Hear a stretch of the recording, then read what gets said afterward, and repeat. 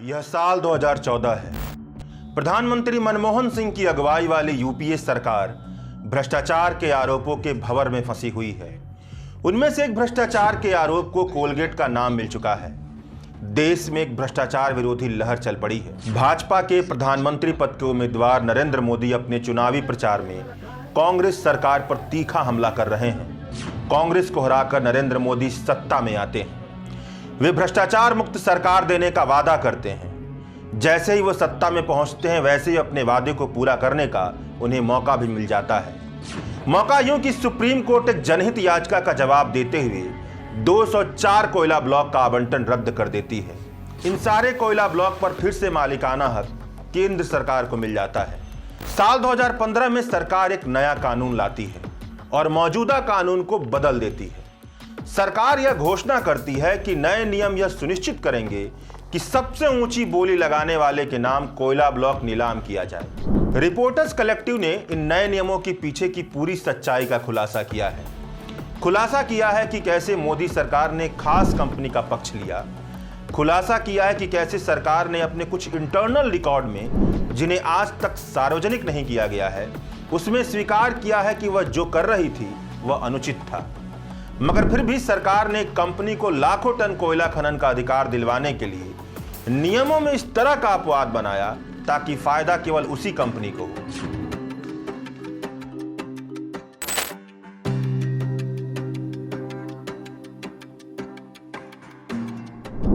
मोदी सरकार साल 2015 में कोयला नीलामी की नई व्यवस्था लेकर आई, लेकिन उसका यह दावा कि कोयला नीलामी की नई व्यवस्था के तहत सरकार को लाखों करोड़ रुपए ज़्यादा राजस्व हासिल होगा, यह पूरी तरह सच नहीं है।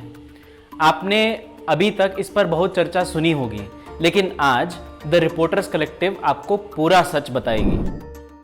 हमने एक्सपर्ट्स के साथ बैठकर कानून और नियम को बहुत बारीकी से समझा। मोदी सरकार के कोयला के नए कानून ने उन कदमों को ही कानूनी बना दिया जिसे सुप्रीम कोर्ट ने गैर कानूनी ठहराया था। मोदी सरकार अब कानूनी तौर पर न केवल नीलामी कर सकती है, बल्कि राज्य सरकारों को फिर से कोयला ब्लॉक आवंटित भी कर सकती है। कोयला ब्लॉक आवंटन के मामले में केंद्र सरकार के इस अधिकार को सुप्रीम कोर्ट ने 2014 में गैर कानूनी ठहराया था। लेकिन सरकार केवल यहीं पर नहीं रुकी। सरकार एक और कंट्रोवर्शियल प्रोविजन पर फिसल गई। कोलगेट की पूरी तरह से सफाई करने के वादे के बावजूद भी मोदी सरकार के नए कोल आवंटन के नियमों ने उन्हीं कंपनियों को कारोबार करने की अनुमति दे दी जिनके साथ किए गए एमडीओ करार को 2014 के सुप्रीम कोर्ट के फैसले के तहत रद्द किया गया था। बीजेपी की जीत के तुरंत बाद 2015 में एक मॉडल एमडीओ कॉन्ट्रैक्ट को बहुत ही सावधानी के साथ तैयार किया गया था। इस कॉन्ट्रैक्ट के प्रावधान एमडीओ को फिर से जनता की नजरों से दूर रखते हैं। इसका मतलब यह है कि कोयला कारोबार की डील उसी तरह से हो रही है जिस तरह से कोयला घोटाला के दौरान हो रही थी, जहां कोई भी यह नहीं जान सकता था कि राज्य सरकार ने किस कीमत पर प्राइवेट कंपनी को कोयला खदान दी है। ये मॉडल कॉन्ट्रैक्ट बनने के बाद और नए कोयला नियमों के मसौदे के साथ अडानी समूह के 2 एमडीओ को भाजपा शासित प्रदेश राजस्थान और छत्तीसगढ़ में फिर से बहाल कर दिया गया था। आज तक इस व्यवस्था के तहत अडानी समूह ने छत्तीसगढ़ के कोयला ब्लॉक से 80 मिलियन टन से ज्यादा कोयला खनन कर लिया है। साल 2014 के सुप्रीम कोर्ट के फैसले से 7 साल पहले छत्तीसगढ़ के हसदेव जंगल में 450 मिलियन टन से ज्यादा कोयले वाला एक कोयला ब्लॉक राजस्थान सरकार के स्वामित्व वाली बिजली कंपनी को आवंटित किया गया था। साल 2013 से इस साइट पर कोयले का उत्पादन शुरू हो गया। अडानी ग्रुप और राजस्थान सरकार के स्वामित्व वाली बिजली कंपनी के बीच एक ज्वाइंट वेंचर के जरिए कामकाज का संचालन होने लगा। मगर साल 2014 में सुप्रीम कोर्ट के फैसले से राजस्थान बिजली फर्म के खनन अधिकार खारिज कर दिए गए। साल 2014 में भाजपा ने चुनाव जीता, कोयला कारोबार के रेगुलेशन के लिए नया कानून बनाया।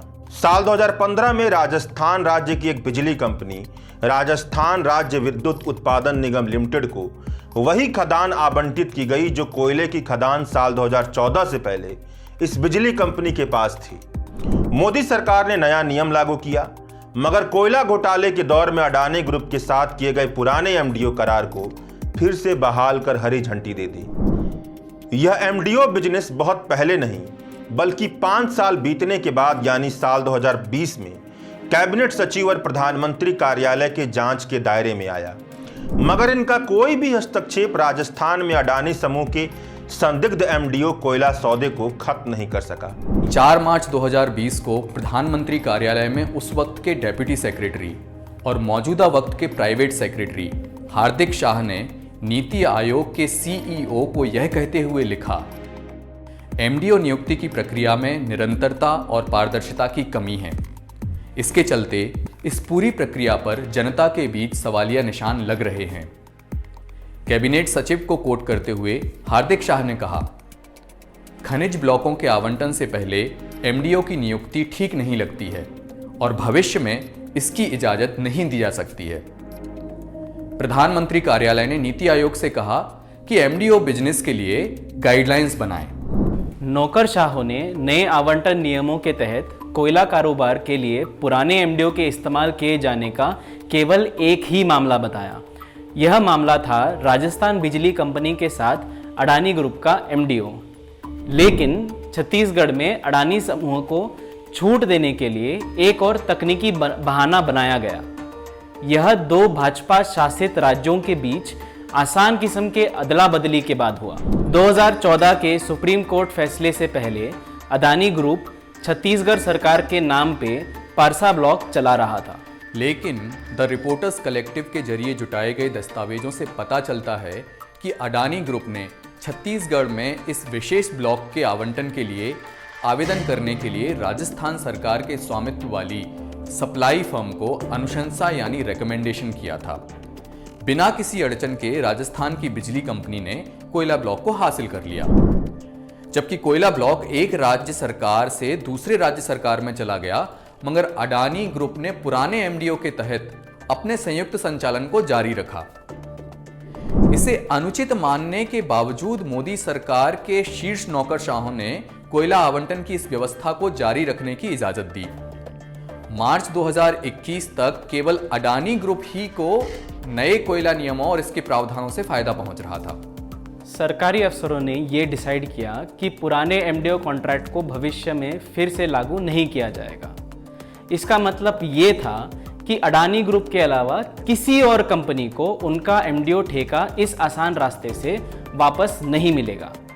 लेकिन सिर्फ 5 महीने बाद ही एक और भाजपा राज्य सरकार ने केंद्र के इस फैसले को अनदेखा कर दिया। मार्च 2021 में कर्नाटक की सरकार ने कोयला घोटाले के दौर से जुड़े एक और कैंसिल किए गए एमडीओ कॉन्ट्रैक्ट को फिर से लागू कर दिया। इसका खनन अधिकार कोलकाता के प्राइवेट फर्म एम्टा को दिया गया था। द रिपोर्टर्स कलेक्टिव और अल जजीरा ने इस पूरे मामले को लेकर के अडानी ग्रुप से जवाब हासिल करने के लिए कई सारे सवालों की एक लिस्ट भेजी। इन सवालों के जवाब में अडानी ग्रुप के प्रवक्ता ने कहा कि सभी कॉन्ट्रैक्ट सभी लागू नियमों के मुताबिक एक पारदर्शी और प्रतिस्पर्धी बोली प्रक्रिया के जरिए किए गए थे। अगर प्रक्रिया के बारे में किसी भी तरह की चिंता और सवाल है तो इससे संबंधित सरकारी अधिकारियों से पूछना चाहिए। कोयला मंत्रालय, पीएमओ, नीति आयोग और ईएमटीए ने टीआरसी और अल जजीरा के सवालों का जवाब नहीं दिया।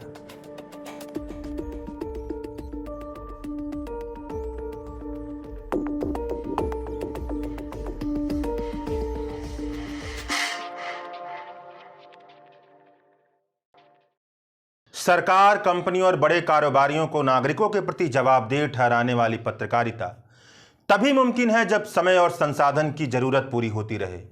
अगर आपको लगता है कि द रिपोर्टर्स कलेक्टिव ऐसी पत्रकारिता करता है तो हमारे चैनल को सब्सक्राइब कीजिए, हमारी छानबीन को दूर तक पहुंचाने में हमारी मदद कीजिए। इस लिंक पर क्लिक करके हमारी आर्थिक मदद कीजिए। आपका साथ मिलेगा तो द रिपोर्टर्स कलेक्टिव का यह सफर जारी रहेगा।